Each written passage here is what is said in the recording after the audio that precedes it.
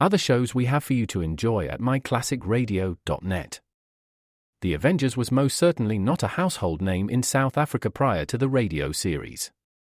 With no national television service until 1976, the mechanism simply was not present in the country to show television programs to mass audiences. While many other countries reveled in the filmed adventures of John Steed and company, South Africa was not equipped to join in the fun. The series took Britain by storm and made a major impression in the American markets, being that greatest of rarities, a British series given a network transmission slot. However, as a filmed series, rather than a videotaped one, The Avengers was able to gain a modicum of exposure in South Africa through film rentals. Come and listen at myclassicradio.net. Frontier Town, the saga of the Roaring West.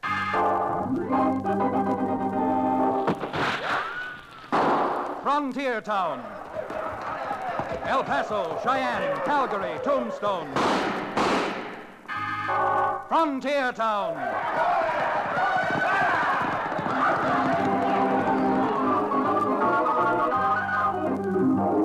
Here is the adventurous story of the early West, the tamed and the untamed, from the Pecos to Powder River, Dodge City to Poker Flat.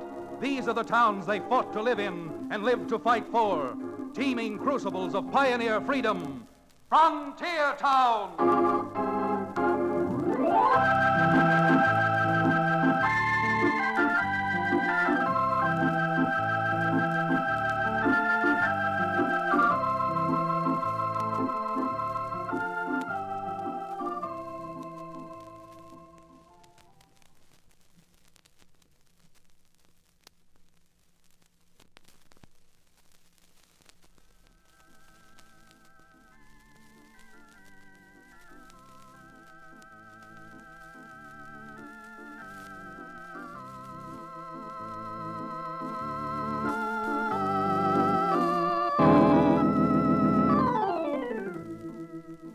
Hello there, friends. I come from a frontier town, and I'm a frontier lawyer by the name of Chad Remington. Now, I guess everyone knows that the frontier is a section of the country that's set apart, not alone by geographical differences, but by the differences in temperaments and the character of the people who come to the frontier. Some to live on it, some to infest it. Yes, no matter which way you square it, it adds up to one thing: trouble. And most of the time, that's spelled gun trouble. Now, what law office I have is located over Cherokee O'Bannon's livery stable. And Cherokee, I might add, is one of the many characters who infest the frontier, except that Cherokee is reformed, having given up his alleged profession of medicine man. Well, as like attracts like, so Cherokee had attracted a lot of strange and offbeat characters to him in years gone by, one of whom was an old prospector known as Pack Rat Scott. After many years of grub staking and moving around, Pack Rat Scott finally hit it rich, and the town of Scott's Diggings rose virtually overnight. A lusty, boisterous, typically bonanza frontier town. Having grub staked Pack Rat once upon a time, Cherokee talked me into riding from Dos Rios up into the hills where Scott's Diggings was located. It was a tough ride, but a pleasant one. Or so it seemed as we neared the little boom town. You know something, Chad? Pack Rat Scott has one shred of honor or decency. Not alone will he return the grub stake I gave him 12 years ago, but he'll give me an interest in that mine of his. Oh, sure, Cherokee. After all, you and Pack Rat were good friends. Oh, the best of friends. Why, I was practically a mother, or a father to Pack Rat Scott. It would be a pretty poor commentary on the frailties of human nature if he didn't make me part owner of his mine. It would indeed. Of course, now that he's rich, he probably won't even look at his old friend. That's happened before, Cherokee. Yeah, the very idea. Turning me down, refusing me after all I did for him. Ah, the frailties of human nature. You know what I'm going to do when I meet Pack Rat? I'm going to walk right up to him, look him squarely in the eye, and tell him I wouldn't take 5 cents worth of his filthy gold mine. Well, if we're lost out here in this desert and didn't know where Scott's Diggings is, we wouldn't have much trouble finding it. Look at them racing up and down the main street, shooting off their guns. This is a wide open town, Chad. Then let's hope it doesn't open up wide enough to swallow us both and keep us here for good.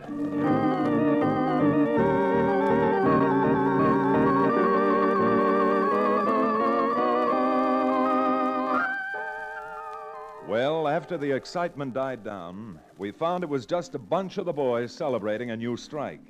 And when they'd been swallowed up into one of the 7 saloons in town, Cherokee and I had no trouble in locating the founder of Scott's Diggings, Pack Rat Scott himself. Well, blow me down and call me Tumbleweed Cherokee if I ain't the happiest man in the world. You've got reason to be, Pack Rat. Folks say your strike assay's close to 10,000 to the ton. Closer to 20,000, boys. But that ain't what makes me so dag-nabbit highfalutin overjoyed. It's the fact that this here town has got my name on it. Yes, sirree, Bob.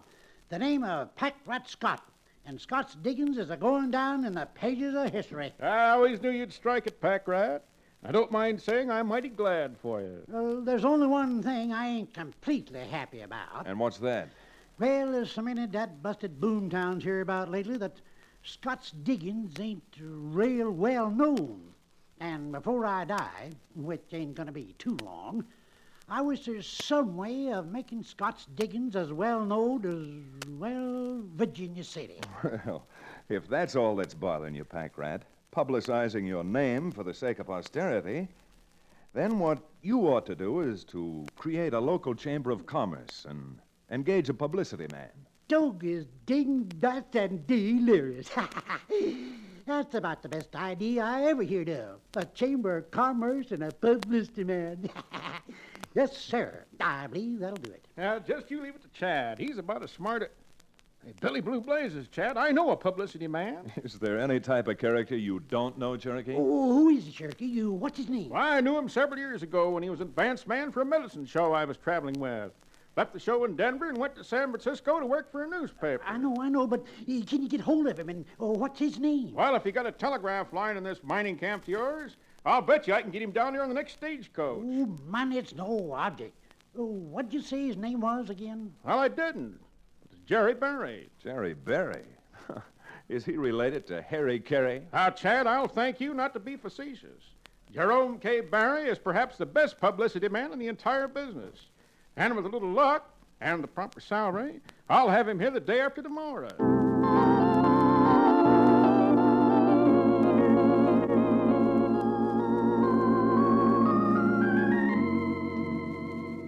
Well, it took more than a little luck to keep Cherokee out of the various parlors of entertainment in Scott's Diggings while we were waiting for Jerry Berry to arrive. Hardly had I dragged Cherokee out of the Last Chance than he'd show up in the Bella Union. Once safely out of there, he'd sneak away and end up in the Golden Gaboon. Yes, I've said it before, but I'll say it again. Scott's Diggings was a wide-open town, and Cherokee O'Bannon had an appetite for strong waters to match. But 2 days and 3 hangovers later, Cherokee's friend, Jerry Berry, arrived in town, and we had a hasty meeting in Pack Rat's hotel suite in the local hostelry. Boys, you don't know how lucky you are that you sent for Jerry Berry. Yes, sirree. Not alone am I going to put this little town on the map, but I'm going to make it a household word from Antioch to Amsterdam, from Paris to Punjab. Yes, sir, Scott's Diggings is going to be more familiar at the average American breakfast table than oatmeal. Why, this town will have so much publicity, you're going to need clubs to keep people out of it. And back alley lots will be selling for $5,000 a front foot. That talk's real nice, Jerry. By Cinders, if you can do that, son, you're on my payroll for $1,000 a month. $1,000 a month? Why, by the time I get through, you'll be willing to pay me $1,000 a day. And don't forget, Jerry, my boy, that Cherokee O'Bannon had recommended you for this position of trust. Jerry Berry never forgets anyone. Now then, the first thing I think we ought to do is to organize a live wire chamber of commerce. Why, that was Chad's suggestion. Yeah, that's what I say. We've all got to work together to make this thing click. Now, do you think you can get a meeting together, Mr. Scott, so that we can get this chamber of commerce organized? And if they don't come, I'll personally shoot their ears off. But if we get this Chamber of Commerce, what are you aiming to do? Get busy, that's what.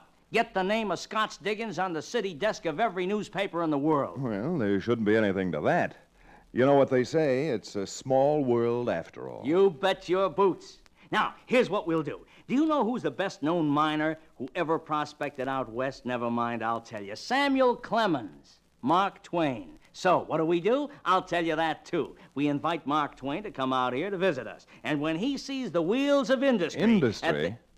What industry? Now, I'm glad you asked that question, friend. When he sees this hustling, bustling, riotous little town that we have here, why, he'll write dispatches about it, stories about it, novels about Scots digging. By Tuffet, that there's a crackerjack idea. Yep, a great idea, except for one thing.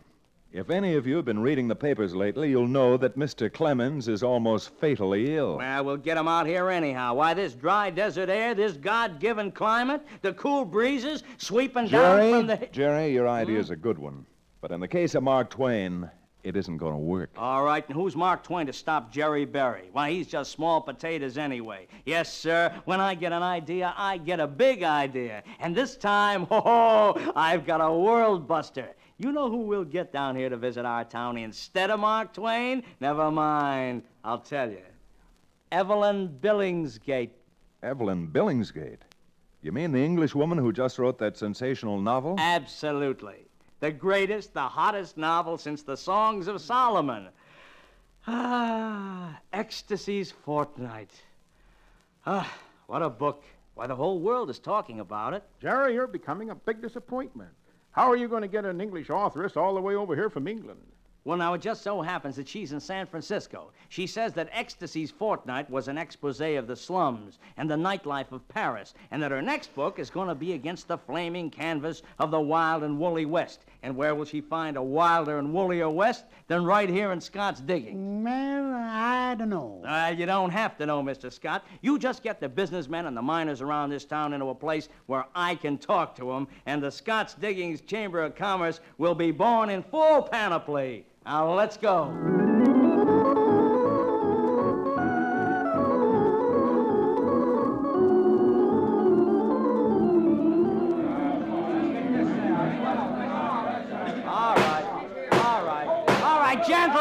Gentlemen. All right, gentlemen. And you too, lady. Why, you sawed-off little sneaker. Don't you go around giving me a bad name, calling me a lady. Yes,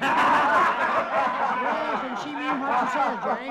That's high-grade Hattie, the slickest poker player that ever run a table in a mining camp. Yeah, you're blamed right. And I've grub stick Pat Rack Scott more times than you've cleaned your teeth, you little squirt. All right.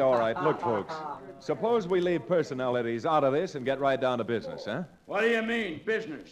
You get us all here away from our business and try to sell us some sort of gold brick.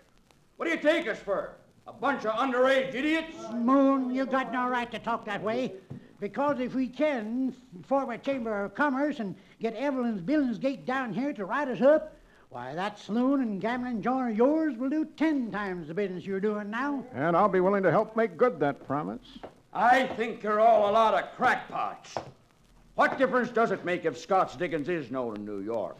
They know all about Virginia City, Carson, Goldfield, and where are they now? Ghost towns. I say let's make what we can make out of this dump and move on. God bless you, Moon Showalter. I ain't gonna have nobody calling Scott's Digging a dump. Now you take that back. Go dry up, will you? You talk as if you'd made this town. All you did was to suddenly get lucky and run into a vein that wasn't just sand. No, you apologize. You take that back. Why, you sawed-off little...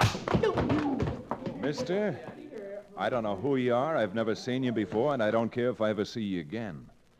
But if you think you can get away with slapping a man half your size and twice your age, you just don't think. Well, now, you ain't half my age, and how do you like this?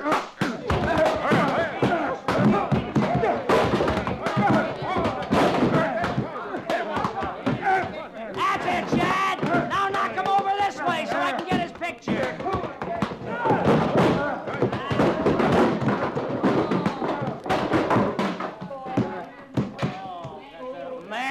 Man, what a picture this is going to make. Yes, and what a picture we're all going to make, stretched out in some undertaking parlor unless we break this up.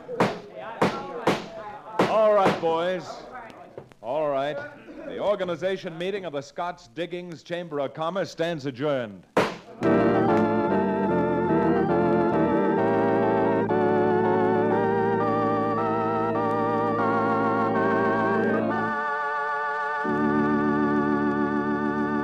We'll return to the second act of Boomtown, our exciting frontier town adventure, in just a few moments.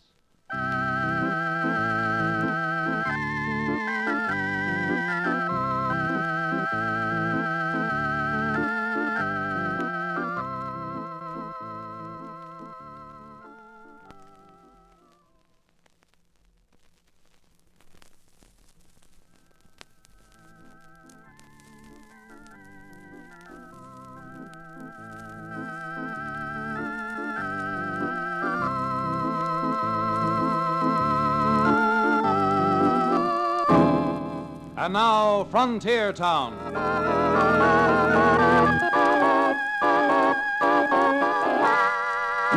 Quite a shambles, wasn't it? And even if I'd thought that Pack Rat Scott and Jerry Berry were weird and strange characters, the best was yet to come. Yes, Pack Rat and Jerry were just kind of ordinary folks compared to the renowned authoress Evelyn Billingsgate. And I must say that even though the idea of having her at Scott Diggings originated with Jerry, once she received the floridly worded telegram inviting her, well, there was just no keeping her away.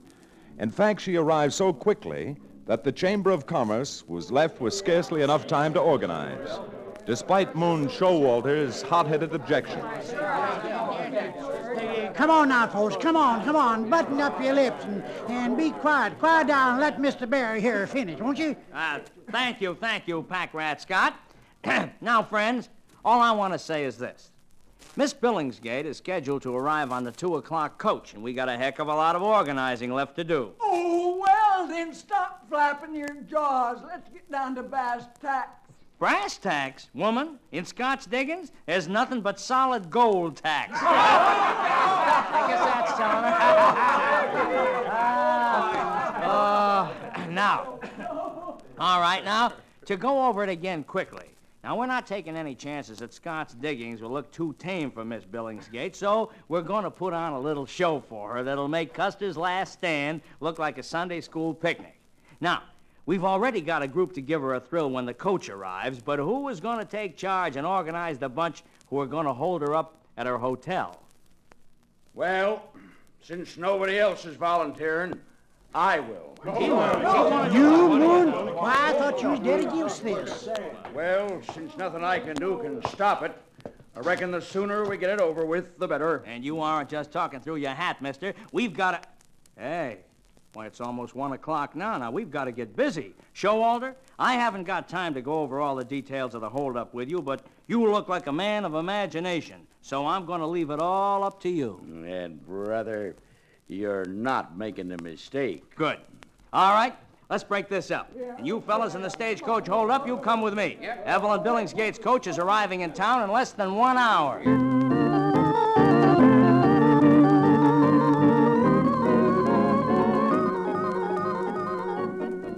It sounds funny now when you look back on it, but as you'll see, comedy ends and melodrama starts with a line too fine to discern. At 2 o'clock promptly, the Concord coach bearing Evelyn Billingsgate drove onto the main street and slowed down for the stage depot. Just before the horses stopped, there was a blood-curdling Comanche yell. Men dressed as Indians swarmed around the coach for a moment, then guns blazed. And then, just as Evelyn Billingsgate was convinced she was about to be scalped and burned at the stake, a band of clean-hearted Westerners came racing down the street to the rescue.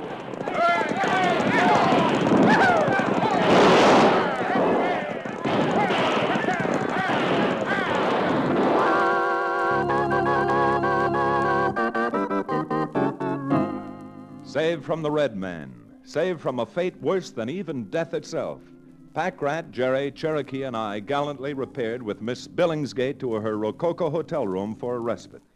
Here, Miss Billingsgate, I think you'd better have another glass of champagne. Oh, you dear boy. You dear boy.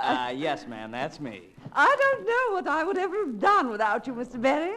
And that champagne you so miraculously... Mr. O'Bannon, I don't mind your drinking my champagne, but I simply will not tolerate your drinking it out of the bottle.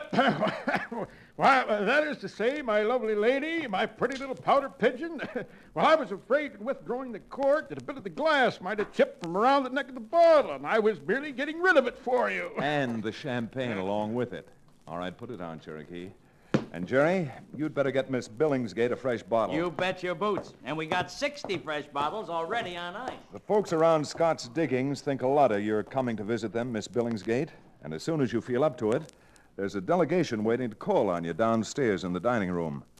They're giving you a dinner to commemorate this memorable day. Oh, how excruciatingly exciting.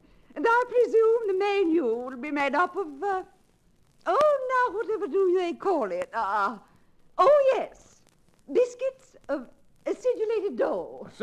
Biscuits of acidulated... Oh, you must mean sourdough. Well, I'm afraid that Miss Billingsgate's in for a surprise. Because with millions of dollars being taken out of the diggings around here, tough and crude though these men may be, they demand and can afford the best. Oh, truly? Oh, how significant. What a fascinating background for the book I just know I should be compelled to write about Scott's diggings. Indians and cowboys. A frontier lawyer in broadcloth like you, Mr. Remington. Oh, I can see it all now. You shall be the hero of my novel. And high-grade Hattie the heroine, I suppose. High-grade Hattie? You know, I'm afraid we're trying to give you too much all at once, Miss Billingsgate. So, as they say in the best of circles, while you repair your toilette, we men folks will give you some privacy. But we'll meet you in the dining room in 30 minutes for the big celebration.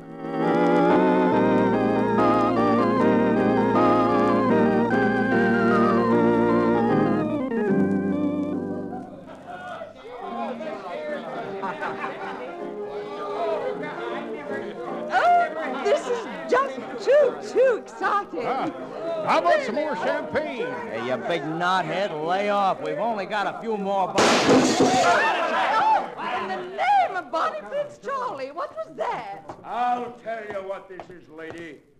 This is a stick-up. Oh, We want that jewelry and them diamonds you're wearing. my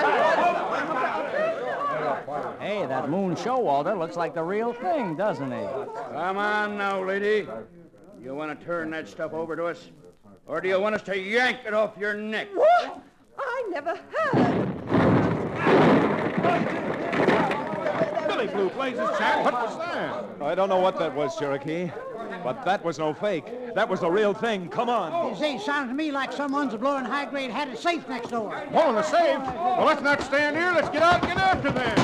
All right, come on.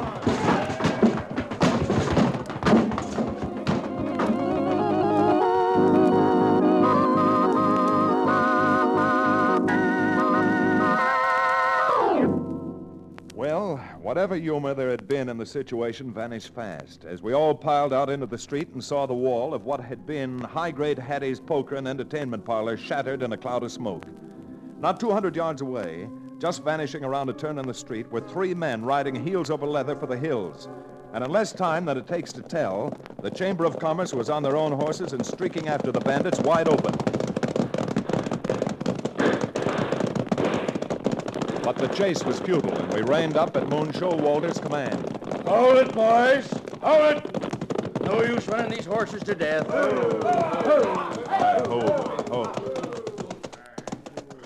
What in thunder's wrong with you anyhow, Showalter? Well, I can still see the dust those thieves' horses made, so they must be somewhere around here. Hold it, Cherokee. Don't forget we're just visitors in Scott's diggings. And if Mr. Showalter says there's no chance of catching the crooks, well, that's that.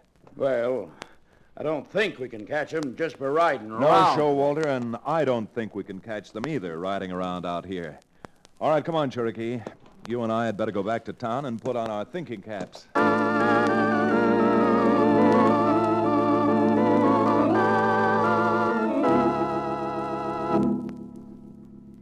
Remington, I want to tell you that as a publicity man, I have had some pretty wild ideas in my life, but this idea of yours, of setting fire to Showalter's saloon, is the wildest one I have ever heard. If it takes fire to fight fire, then it takes one wild idea to fight another wild idea. Huh? What do you mean, Chad boy? I mean that I believe Moon Showalter took advantage of the fake holdup to engineer one of his own. But why Showalter? Because he was the only man who knew exactly when he was going to come into the dining room and fake trying to steal Miss Billingsgate's jewelry. Billy Blue Blazes, Chad, I do believe you're right. Well, then, if you want to get high-grade Hattie's money back for her before they're safely out of the county, you better gather up some greasewood and matches and let's go.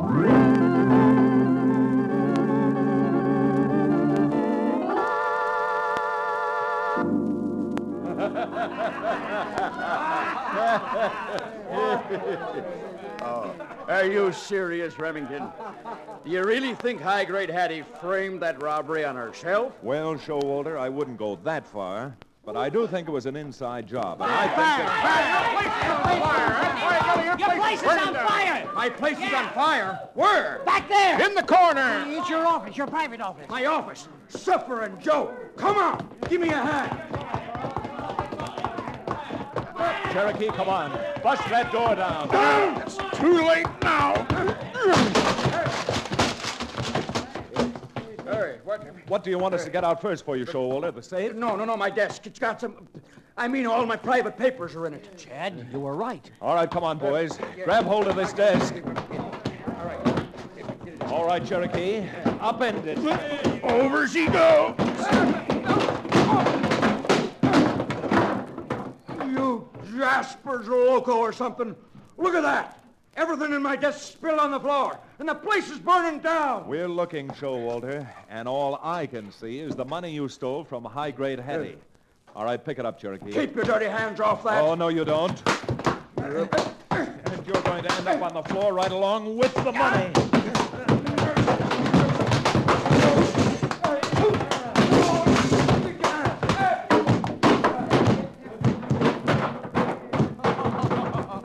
Sweet suffering I. Showalter won't come to for an hour. He sure won't. Say, don't you think we better put out the fire? But there's no water. Who needs water? We still got 20 cases of champagne. Champagne? Then never mind this joint. Let's take care of me. Let's douse the champagne on Showalter, huh? After all, with the way Chad beat him up, he's the one who looks as if he'd been kicked by Mrs. O'Leary's mule.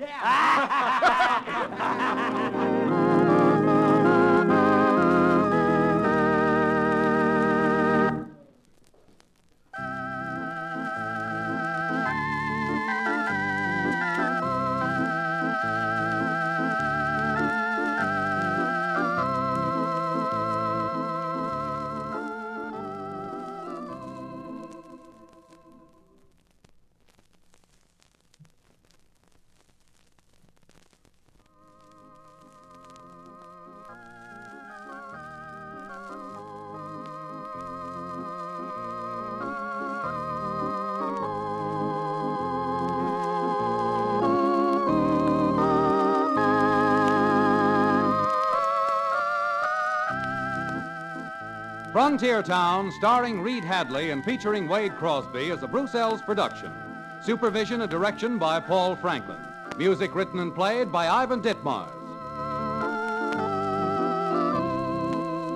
Be sure to be with us again, same time next week, for another fine action-adventure story with your favorite young Western star, Reed Hadley. And now this is Bill Foreman telling you that Frontier Town comes to you from Hollywood.